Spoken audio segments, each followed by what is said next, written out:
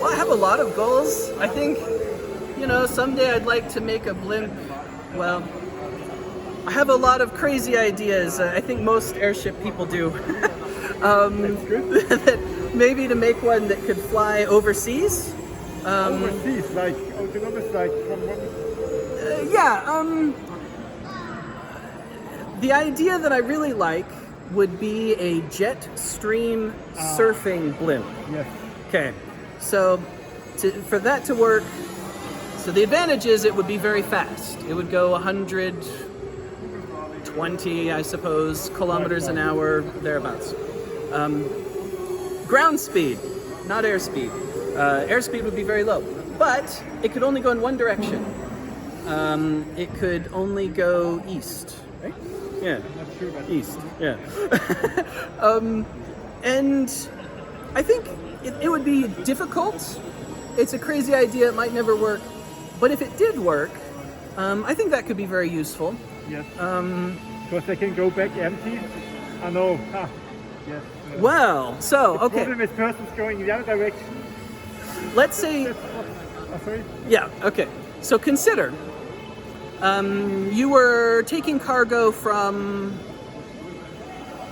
New York to Berlin. I think Berlin is at about the same. Yeah. So to go from New York City to Berlin, you go east, right? Okay.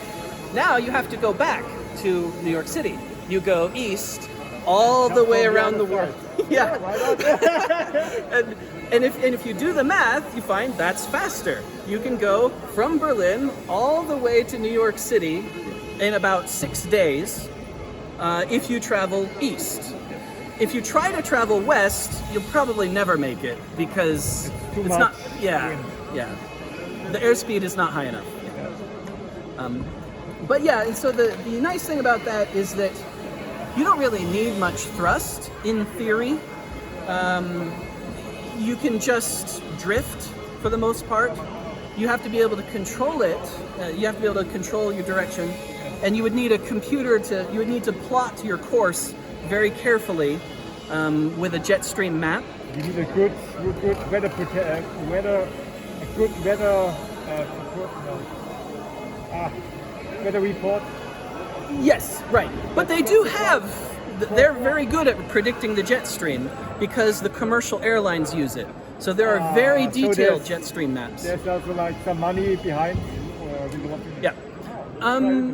And then, so the challenge from a technical perspective, the biggest challenge is probably the air density. That the jet stream, if you just want the edge of the jet stream, you have to be at about 25,000 feet, probably about 10,000 meters. Quite high. And the air density is 1/2 what it is here. So other possibility instead of helium would be hydrogen, because in this area I think it doesn't matter if it's yes, and I would say use hydrogen. Yes, because and it's cheaper. And it's much cheaper. Sorry, I don't want to interrupt you all. No, it's good. I think we're using helium today, and that's important for safety. But ultimately, helium is not a renewable resource, and I love blimps, but there is better uses for helium than flying a blimp around. They use it in hospitals to save lives. Yeah. So I think in the end, if we can use hydrogen, that would be much better.